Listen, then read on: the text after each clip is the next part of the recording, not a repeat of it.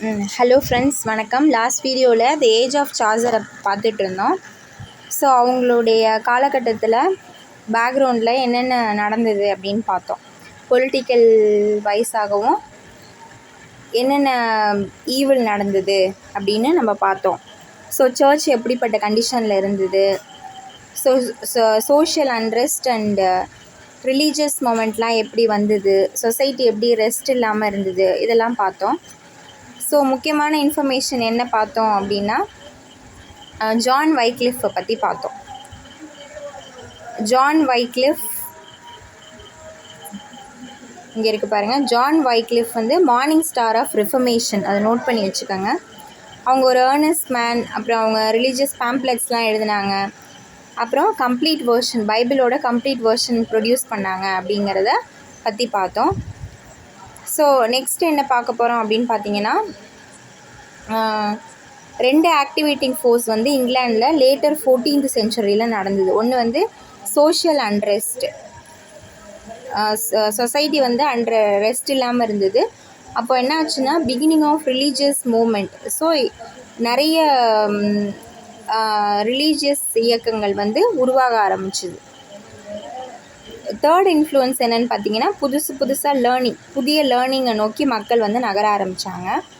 இது எங்கேருந்து வந்தது அப்படின்னு பார்த்தீங்கன்னா, அந்த ஸ்பிரிட் பார்த்தீங்கன்னா நியூ லேர்னிங். இப்போ நம்ம இந்தியன் ஹிஸ்ட்ரி, ஆஃப்ரிக்கன் ஹிஸ்ட்ரி அதெல்லாம் படிக்கிறோம் இல்லையா? அதே போல்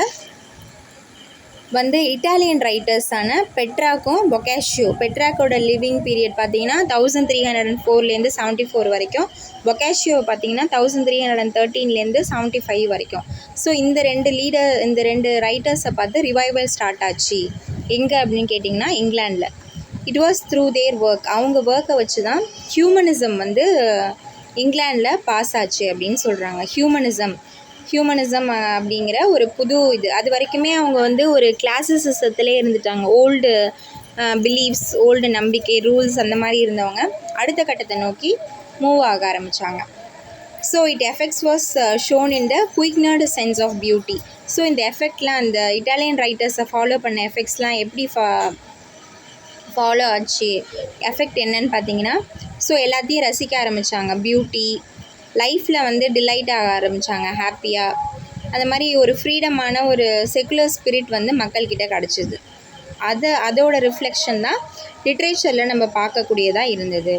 ஓகே, இது வரைக்கும் நம்ம சாசருடைய பேக்ரவுண்ட், அந்த காலகட்டத்தெல்லாம் பார்த்தோம். So now we will move on to Chaucer's life. நம்ம ப்ரோட்டகனிஸ்ட், ஹீரோ, அவரை பற்றி நம்ம பார்ப்போம். ஸோ இவங்களை பற்றி பார்க்க போனால், இவங்க ஒரு கிரேட்டஸ்ட் ஃபிகர், முக்கியமான ஒரு நபர் அப்படின்னு சொல்லலாம் இங்கிலீஷ் லிட்ரேச்சரில். எப்போ அப்படின்னு பார்த்தீங்கன்னா 14th சென்ச்சுரியில். இவர் என்ன பண்ணார்னா, அவரோட கான்டெம்ப்ரரிஸ்னு பார்த்தீங்கன்னா சமகாலத்து ரைட்டர்ஸ்ன்னு சொல்லலாம். அவங்க கான்டெம்ப்ரரிஸ் எல்லாம் கம்ப்ளீட்டாக ஷேட்குள்ளே, இவர் வந்ததுக்கப்புறம் அவங்கெல்லாம் மறைக்கப்பட்டாங்க அப்படின்னு கூட சொல்லலாம். அந்தளவுக்கு ஒரு திறமை வாய்ந்தவராக ஜெஃப்ரி சாசர் இருந்தாங்க. இவங்க எப்போ பிறந்தாங்கன்னா 1340 லண்டனில் பிறந்தாங்க. அவங்க ஃபாதர் பார்த்திங்கன்னா ஒரு ஃப்ளரிஷிங் மர்ச்சன்ட், வின்டர், ஒரு வளர்ந்து வருகிற ஒரு மர்ச்சன்ட், வியாபாரி. வின்டர் அப்படின்னிங்கன்னா வைன் சேல் பண்ணுறவங்கள தான் வின்டர் அப்படின்னு சொல்லுவாங்க. WINTER, வின்டருங்கிறது season. ஸோ இந்த வின்டருங்கிறது வைன் சேல் பண்ணுறவங்க. அவரோட சைல்டுஹுட்டை பற்றி நமக்கு எதுவுமே தெரியலை. அட் ஏஜ் ஆஃப் 17 அவருக்கு கோர்ட்டில் அப்பாயின்மெண்ட் கிடைக்கிது. கவர்மெண்ட் பார்லிமெண்ட்டில், கோர்ட்டில், கிங்கோட சேம்பரில் அப்பாயின்மெண்ட் கிடைக்கிது. வேலட்டாக அவருக்கு அந்த ஜாப் கிடைக்கிது. ஸோ வேலட் அப்படின்னு பார்த்தீங்கன்னா, கிங்கோட, அதாவது கிங்க்கு ரொம்ப க்ளோஸாக இருக்கக்கூடியவங்கள தான் வேலட் அப்படின்னு சொல்லுவாங்க. மேன்ஸ் பர்சனல் மேல் attendant who is responsible clothes appearance, இதை கூட சொல்லக்கூடாது. வேலட்னா அதாவது கிங் கூட ரொம்ப அதிகமாக நெருக்கமாக இருக்கிறவங்க, ஒரு கணக்காளர் எப்படி கூட சொல்லலாம். ஸோ சாசர் வேலட் அப்படின்னு சர்ச் பண்ணி பார்த்தோன்னா நமக்கு தெரியும்.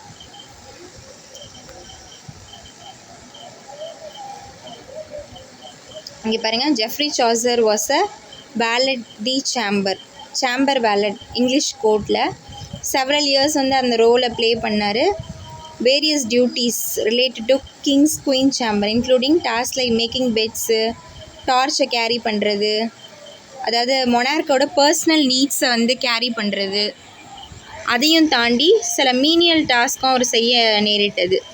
20 pounds per year அவர் வாங்கியிருக்காரு அப்படின்னு சொல்லலாம். லோடியம் witness first and royal household social elite அப்படின்னு சொல்கிறாங்க. ஸோ இந்த மாதிரியான சின்ன வேலையிலேருந்து எல்லாமே கிங்க்கு எல்லாமே அப்படின்னு கூட சொல்லலாம். செவரல் இயர்ஸ் வந்து அந்த மாதிரி இருக்க வேண்டிய நிலை வந்து வந்தது கிங்ஸோட சேம்பரில். He was closely connected with the court. He toured the continent on diplomatic mission. So அது மட்டும் இல்லாமல் இவர் அந்த கிங் சைட்லேருந்து நிறைய டிப்ளமேட்டிக் மிஷனுக்காக இவர் வந்து பயணம் மேற்கொள்ள வேண்டிய ஒரு சூழலும் உருவாச்சு. காண்டினென்ட் நிறைய கண்டங்களுக்கு அவர் வந்து விசிட் பண்ணார் அப்படிங்கிறது நமக்கு தெரிய வருது. ஸோ அதனால் அவருக்கு வந்து இந்த மாதிரி ட்ராவல் பண்ணும்போது he was thus brought into direct touch with the Italian culture. So இந்த மாதிரி மிஷன் சம்மந்தமாக போகும்போது தான் அவருக்கு வந்து இட்டாலியன் கல்ச்சர் கிட்ட டேரெக்டாக வந்து அவருக்கு டச் கிடச்சிது அப்படின்னு சொல்கிறாங்க. ஸோ அந்த மாதிரியான ரைட்டர்ஸ் எல்லாம் பொக்காஷியோ, பெட்ராக் அந்த மாதிரி ரைட்டர்ஸ் ஒர்க்கெல்லாம் இவர் படிக்கக்கூடிய சூழல் வந்து உருவாச்சு அப்படின்னு சொல்கிறாங்க. நெக்ஸ்ட் பார்த்தீங்கன்னா he may even have met Petrarch and Boccaccio. இன்னும் நெக்ஸ்ட்டு ஸ்டெப்பை தாண்டி என்ன சொல்கிறாங்கன்னா அவர் சந்தித்தார் பெட்ராக்கையும் பொக்காஷியோவும் அப்படின்னு சொல்கிறாங்க. அதுக்கப்புறம் அவருக்கு வந்து ஈவில் டேஸ் வந்துருச்சு. என்ன அப்படின்னு கேட்டிங்கன்னா the grant of the royal pension placed him beyond want.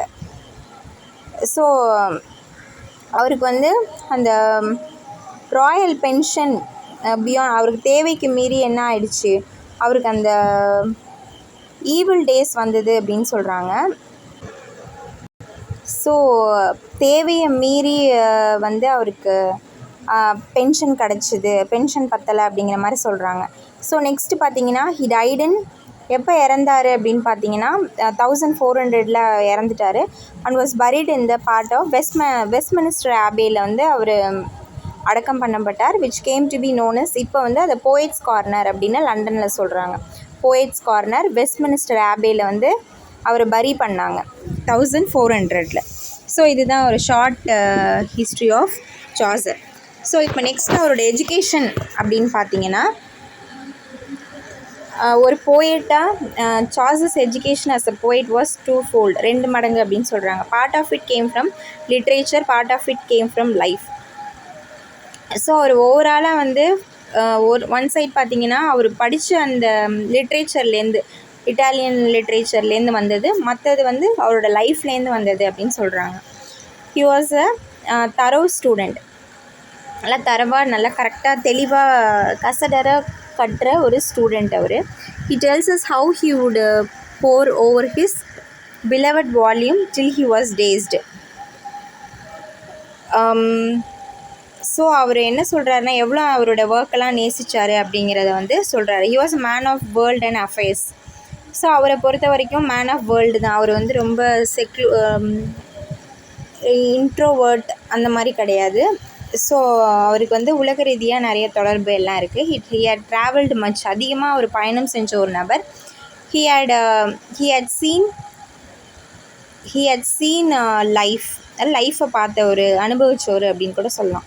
His relationship with people of all sorts brought him into intimate relation with people of all sorts. So not only Kings queen மட்டும் இல்லாமல், அங்கே சேம்பர்ஸில் உள்ள people மட்டும் இல்லாமல் ordinary people கூடயும் அவர் நிறைய intimate தொடர்பு வச்சுருந்தார், ரிலேஷன் வச்சுருந்தார், நல்ல குட் ரிலேஷன்ஷிப். ஸோ அதனால் மக்களை பற்றி அவருக்கு ஆல் சார்ட்ஸ் ஆஃப் பீப்புள், நம்ம கேண்டபரி டேல்ஸ்லேயே தெரியும். ஸோ யோமேன், ஸ்கொயர்மேன் எல்லாரையுமே லாஸ்ட்டில் அந்த மீனியல் ஒர்க்கர் வரைக்குமே அவர் எல்லாரையும் தெரிஞ்சு வச்சுருப்பார். He had quick insight into character. So அதனால் ஒரு கேரக்டரை பார்த்தா டக்குன்னு அவங்கள கெஸ் பண்ணக்கூடிய அளவுக்கு அவரோட மெச்சூரிட்டி வந்து கரெக்டாக இருந்தது அப்படின்னு சொல்கிறாங்க. நெக்ஸ்ட்டு பார்த்தீங்கன்னா சாசர் ஒர்க் இன் ஜென்ரல். பொதுவாக சாசரோட ஒர்க் அப்படின்னு பார்த்தீங்கன்னா ஸோ டேஸ்டு அப்படின்னா என்னென்னு பார்ப்போம்.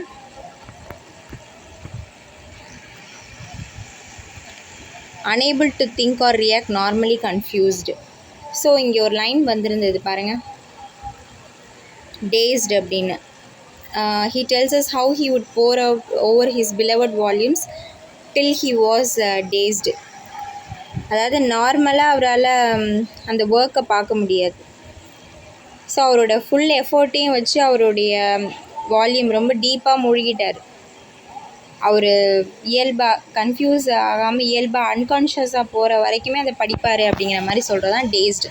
டேஸ்டுனா unable to think or react normally, confused, குழப்ப நிலை. ஓகே, நெக்ஸ்ட் பாருங்கள், Chaucer's work in general. So Chaucer's literary career வந்து 3 பீரியடாக வந்து டிவைட் பண்ணுறாங்க. ரொம்ப important exam point of view. 3 பீரியடாக வந்து என்ன செய்கிறாங்க, டிவைட் பண்ணுறாங்க. அவர் வாழ்ந்த காலகட்டம் கிங்கும், எட்வர்ட் 3, ரிச்சர்ட் 2, நெக்ஸ்ட் லாஸ்ட்டில் அவர் இறக்கும்போது ஒரு கிங் வருவார், ஹென்ரி த 4th. ஸோ அதே மாதிரி அவரோட ஒர்க்கையும் என்ன செய்கிறாங்கன்னா 3ஆக டிவைட் பண்ணுறாங்க. ஒன்று வந்து ஃப்ரெஞ்சு, இட்டாலியன் தான், இட்டாலியன் ஒர்க்கை தான் அவர் ஃபஸ்ட்டு ஃபாலோ பண்ணாங்க எல்லோரும். பட் ஃப்ரெஞ்ச் ஃபஸ்ட்டு வந்து French, Italian and English period அப்படின்னு சொல்லலாம். French, Italian, English period. So நம்ம ஃப்ரெஞ்சு நல்லா ஞாபகம் வச்சுக்கணும். நெக்ஸ்ட்டு பார்த்தீங்கன்னா his works was done on French models. அவருடைய ஒர்க் எல்லாமே லிட்ரரி ஒர்க்ஸை பார்த்தாலுமே எல்லாமே ஃப்ரெஞ்ச் மாடலில் தான் செய்யப்பட்டிருக்கும். இதை வந்து அவர் டிரான்ஸ்லேட் பண்ணுறாரு. என்னவா டிரான்ஸ்லேட் பண்ணுறாருன்னா ரோமன் டி லா ரோஸ் அப்படிங்கிறதுல வந்து டிரான்ஸ்லேட் பண்ணுறாரு. He wrote an allegory on the death of Blanche. So அவரோட ஒர்க் ஒன்று என்ன அப்படின்னு பார்த்தீங்கன்னா டெத் ஆஃப் பிளான்ச்சி அப்படிங்கிற ஒரு ஒர்க் வந்து அவர் எழுதியிருப்பார். ஸோ அதுவும் நம்ம ப்ரிஸ்கிரைப்டு சிலபஸ் தான் அது, பிஜிடிஆர்பியில். டெத் ஆஃப் பிளான்ச்சின்னு John of Gaunt's wife called the book of Duchess அப்படிங்கிற ஒர்க்கும் அவர் எழுதியிருப்பார். இந்த ஒர்க்கில் வந்து பார்த்திங்கன்னா அவருடைய ஒர்க்ஸ் வந்து கிளியராக தெரியும். As a result of his visit to Italy, French influences disappeared. First இந்த மாதிரி ஃப்ரெஞ்ச் ஒர்க்ஸ் எழுதிட்டு இருந்தார். சடனாக அவர் இட்டாலிக்கு விசிட் பண்ணும்போது என்ன ஆயிடுச்சுன்னா இந்த ஃப்ரெஞ்ச் இன்ஃப்ளூயன்ஸை வந்து டிஸப்பியர் ஆகிடுச்சு, காணாமல் போயிடுச்சு. அவர் இட்டாலியன் ஒர்க்கில் ஸ்டிக் ஆகிட்டார் அப்படின்னு கூட சொல்லலாம். இட்டாலியன் லிட்ரேச்சரை வந்து அதிகமாக விரும்பி படிக்க ஆரம்பிச்சிட்டாரு. அதனால் அவர் house of fame, Troilus and Criseyde இதெல்லாம் வந்து ஒரு இட்டாலியன் ஒர்க் அப்படின்னு கூட சொல்லலாம். He wrote an unfinished legend of good women. So unfinished work by Geoffrey Chaucer அப்படின்னு கேட்டாங்கன்னா நம்ம வந்து லெஜண்ட் ஆஃப் குட் விமன் அப்படிங்கிற அந்த ஒர்க்கை வந்து, ஸோ ஒர்க்லாம் ரொம்ப இம்பார்ட்டண்ட். இதெல்லாம் ஆஃப் அண்ட் ரிப்பீட்டடாக கேட்கக்கூடிய கொஷின்ஸ் தான். ஸோ அதெல்லாம் நோட் பண்ணி வச்சுக்கோங்க. ஸோ இட்டாலியன் ஒர்க்குன்னு பார்த்தீங்கன்னா the house of fame, Troilus and Criseyde. அதே போல் ஃப்ரெஞ்ச் ஒர்க்ஸ் அப்படின்னு பார்த்தீங்கன்னா translation, Roman de la Rose அப்படிங்கிறத, டெத் ஆஃப் லான்ச்சி, இதெல்லாம் வந்து அவருடைய work from French. So Italian ஒர்க்குன்னு பார்த்தீங்கன்னா Troilus and Criseyde. The legend of good விமனை வந்து அன்ஃபினிஷ்டாக வச்சுருக்காங்க. Finally he became English. Last ஃபைனலாக ஒரிஜினாலிட்டிக்கு வந்துட்டார், இங்கிலீஷாக மாறிட்டார். It means instead of being imitative. என்ன அர்த்தம்னா இமிட்டேட் பண்ணாமல், வேறு ஒருத்தவங்களுடைய ஒர்க்கை வந்து டிரான்ஸ்லேட் பண்ணாமல், ஹீ பிகம்ஸ் இண்டிபெண்ட்டாக ஆகிட்டார். Relying upon himself. அவரே ஓனாக என்ன செய்ய ஆரம்பித்தா, he started to right his own writings. To this period belong the minor poems. இந்த மாதிரி லாஸ்ட் காலகட்டத்தில் தான் அவருடைய மைனர் போம்ஸ்லாம் வெளியில் வந்துச்சு. For example the Canterbury tales, it is saucers most characteristic work. இதெல்லாம் ப்ரிஸ்கிரைப்டு சிலபஸ், எல்லாருமே பிஜிடிஆர்பி எழுதினவங்க எல்லாம் ஃபெமிலியரான ஒர்க் இது. ஸோ அது வந்து அவருடைய ஒர்க் எப்படி அப்படிங்கிறத அதை வச்சு நம்ம தெரிஞ்சுக்கலாம். அது வந்து அவருடைய இங்கிலீஷ் ஒர்க் தான். ஸோ கேண்டர்பரி டேல்ஸை பற்றி பார்த்தோம் அப்படின்னா அது வந்து ஒரு கலெக்ஷன் ஆஃப் ஸ்டோரிஸ் அது. ஸோ ஒரே ஒரு ஸ்டோரி கிடையாது, ஒருத்தவங்களுடைய ஸ்டோரி கிடையாது, அது ஒரு கலெக்ஷன் ஆஃப் ஸ்டோரி அப்படின்னு தான் சொல்லணும் கேண்டர்பரி டேல்ஸ் அப்படிங்கிறது. பில்கிரிம்ஸ் வந்து இந்த பயணம் செய்கிறாங்க இல்லையா, யாத்திரை, புனித யாத்திரை போகிறாங்க இல்லையா, were very popular in the 14th century. So 14th century காலகட்டத்தில் வந்து இந்த மாதிரி புனித யாத்திரை மேற்கொள்கிறவங்க வந்து ரொம்ப பாப்புலர், ஃபேமஸ் ஆனவங்க, regardless of their caste, creed, gender. அந்த shrine of the murdered saint Thomas Becket at Canterbury is one of the favourite expedition. So saint Thomas Becket அவருடைய அந்த அவரை வந்து கொலை செஞ்சுருப்பாங்க, மாட்டையர். அந்த இடத்துக்கு வந்து புனித யாத்திரையாக போவாங்க கேண்டர்பரியில். அது வந்து அவரோட ஃபேமஸான ஒரு எக்ஸ்பெடிஷன் அப்படின்னு கூட சொல்லலாம், அதை எக்ஸ்பிளைன் பண்ண விதத்தை வச்சு. Saint Thomas Becket. So number of pilgrims, ஒரு குறிப்பிட்ட நம்பர் ஆஃப் பில்கிரிம்ஸ் வந்து ஈவ் அன்னைக்கு வந்து departure, eve of the departure meet at the Tabard in Southwark. So Tabard inn அந்த சத்திரத்தில் வந்து அந்த எங்கே இருக்குன்னா சவுத் வாக்கில் இருக்குது. அதில் வந்து அந்த அவங்க புறப்பட்டு பயணம் போகும்போது எல்லோரும் ஒரு இடத்துல ஒரு சர்டன் பாயிண்டில் வந்து மீட் பண்ணுவாங்க. அப்போ சார்ஜரும் அந்த இடத்துல இருப்பாங்க. Chaucer is also there on the same errand. அந்த பிளேஸில் அவரும் இருப்பார். அந்த எரண்ட் அப்படின்னா என்னென்னு பார்ப்போம்.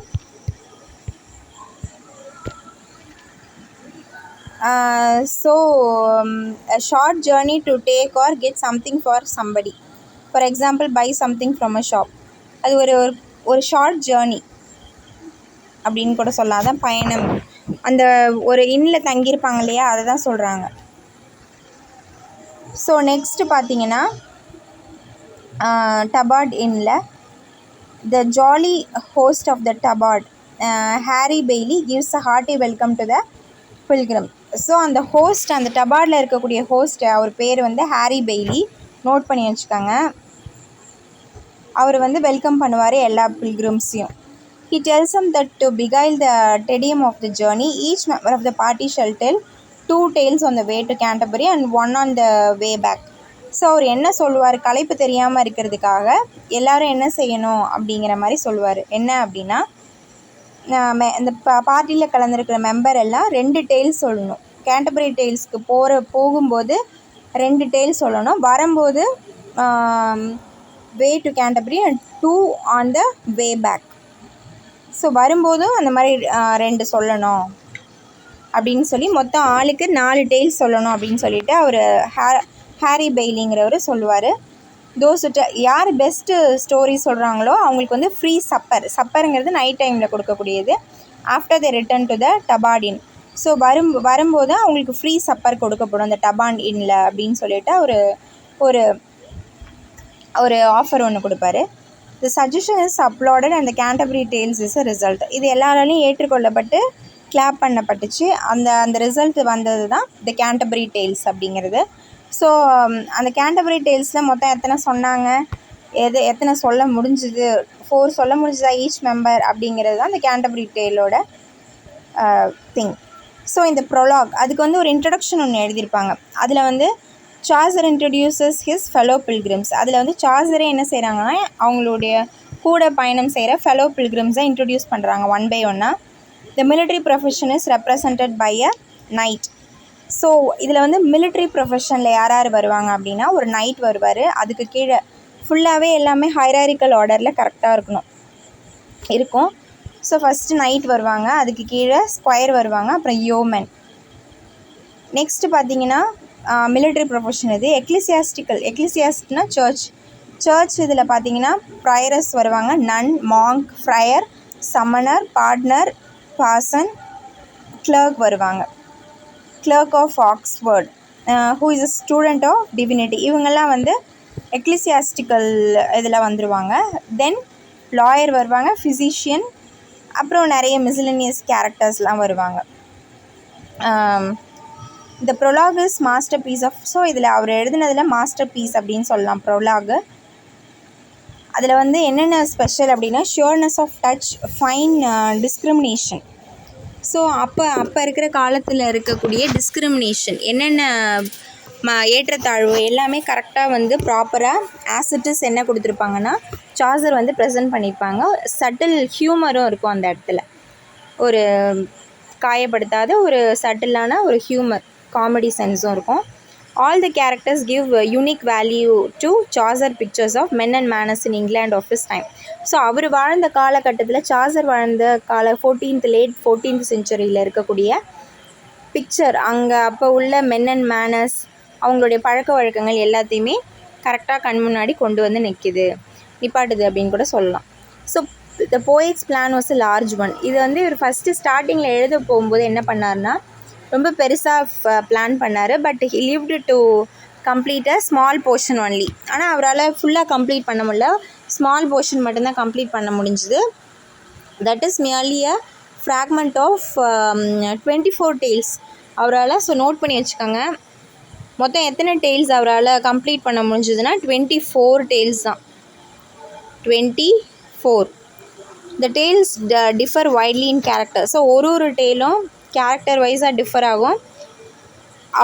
அவங்களே சொல்கிற மாதிரி இருக்கும். The tales differ widely in character by whom they are told. The tales are not original in theme. அது ஒரிஜினல் கிடையாது. இவர் குக்டப் இவராக சொன்ன டேலு. பட் ஆனால் அந்த கேரக்டர்ஸ்லாம் உண்மை. Chaucer take his raw materials from many different sources. So இந்த கேரக்டர்ஸோட டேல்ஸ் எல்லாம் பார்த்தீங்கன்னா நிறைய டிஃப்ரெண்ட் சோர்ஸ்லேருந்து அவர் எடுத்திருப்பார் அப்படிங்கிறது நமக்கு ப்ரூவன் ஆகுது, தெரியுது. Many different source. Chaucer has a quick eye for anything and everything. So அவர் வந்து எல்லா விஷயத்துலேயுமே குயிக்காக எல்லாத்துலேயுமே ப்ராப்பராக அவர் ஹேண்டில் பண்ணியிருப்பார் இந்த டேலில். The Knight's Tale is also Chaucer's finest work. So இதில் இந்த 24 டேல்ஸில் பார்த்தீங்கன்னா இந்த Knight's Taleங்கிறது சாசரோட ஃபைனஸ்ட் ஒர்க் அப்படின்னு கூட நம்ம சொல்லலாம். நெக்ஸ்ட் பார்த்தீங்கன்னா general characteristics of Chaucer's poetry. இது வரைக்கும் நம்ம சாசரோட ஒர்க்கை பார்த்தோம், கேண்டபரி டேல்ஸை பற்றி பார்த்தோம். இப்போ நெக்ஸ்ட் என்ன பார்க்க போகிறோம் அப்படின்னு பார்த்தீங்கன்னா சாசரோட போயிட்ரியை பற்றி பார்க்க போகிறோம். ஸோ ஃபைனலாக நம்ம வந்துட்டோம். Next will move on to the age of Shakespeare in next video. So Chaucer was not a poet of people. So மக்களுடைய போயிட் அப்படின்னு சொல்ல முடியாது. He was a court poet. So அவர் கோர்ட்டில் இருக்கிற பீப்புளுக்கு தான் சாதகமான போயிட். அது வந்து பீப்புள் போயிட் கிடையாது. முக்கியமான point. Who wrote for cultured readers. So நிறைய படித்தவங்க எஜுகேட்டட் பீப்புளால் மட்டும்தான் படிக்க முடியும் அவரோட ஒர்க்லாம் அந்த ஓல்டன் இங்கிலீஷில். And refined society. The great vital issue of the day never inspired his verse. So அப்போ இருந்த இம்பார்ட்டண்ட்டான இஷ்யூலாம் அவர் வந்து என்ன செய்யலை, இன்ஸ்பயர் ஆகி அவர் எழுதலை, புரட்சிகரமாக எதுவும் எழுதலை. He made his appeal to a favoured few who wanted to be amused by comedy. அவர் வந்து என்ன நினச்சார், இது ஒரு கிரிட்டிசிசம்னு கூட எடுத்துக்கலாம். அவரோட ஃபேவர்டு ஃபியூக்கு மட்டும் தேவைப்படுற மாதிரி அவங்கள பிடிச்ச மாதிரி அவங்களுக்கு நடந்துக்கிற மாதிரி அவர் காமெடியாக அவர் வந்து எழுதிட்டு போயிட்டார். They did not wish to be disturbed by the reminders of plagues and famines. So இந்த மாதிரி பஞ்சம் பிளேக்லாம் அவங்க வந்து டிஸ்டர்ப் ஆகக்கூடாது அப்படிங்கிற மாதிரி அவர் சைக்கலாஜிக்கலாக அவங்கள ஹாப்பியாக வச்சுருக்கணும் அப்படிங்கிற மாதிரி அவர் எழுதினாரே ஒழிய அவர் எதுவும் அந்த சொசைட்டிக்காக அந்த கண்டிக்கணும், அந்த கிளர்ஜிமென் அந்த இதெல்லாம் அந்த நிறைய அந்த ஊழல்கள்லாம் நடந்தது இல்லையா, அதெல்லாம் அவர் வந்து கிரிட்டிசைஸ் பண்ணலை. ஓகே, நெக்ஸ்ட் பார்த்தீங்கன்னா thus though he holds a mirror up to the life of his time. So அவர் ஒரு மிரர் அப் தான் பண்ணியிருக்காரு, எப்படி கண்ணாடி போல் பிரதிபலிச்சிருக்காரு அவருடைய டைமில் என்னெல்லாம் நடந்தது. The dark underside of it is nowhere reflected by him. ஆனால் அவர் டார்க் சைடை அவர் வந்து எடுத்துகிட்டே வரல. He is called the morning star of the renaissance. So reformation, morning star of reformation அப்படின்னு பார்த்தீங்கன்னா John Wycliffe. So morning star of renaissance அப்படின்னு பார்த்தீங்கன்னா Chaucer, Geoffrey Chaucer himself. So Chaucer mastered the difficult 14th century English and made it easier. So அந்த டைமில் இருக்கக்கூடிய அந்த olden இங்கிலீஷில் அவர் master பண்ணார். அவர் ஈஸியாகவும் கொஞ்சம் ரீடபுளாகவும் ஆக்கினார் அப்படின்னு கூட சொல்லலாம். ஒரு forerunner. Chaucer is called the father of the English poetry. So அவர் இங்கிலீஷில் ஃபஸ்ட்டு ரைட் பண்ணதுனால ஃபாதர் ஆஃப் இங்கிலீஷ் போய்ட்ரி அப்படின்னு சொல்லிட்டு இது பண்ணுறாங்க. ஸோ இதெல்லாம் 1 மார்க் நோட் பண்ணி வச்சுக்கோங்க. We will meet you on next video. Thank you.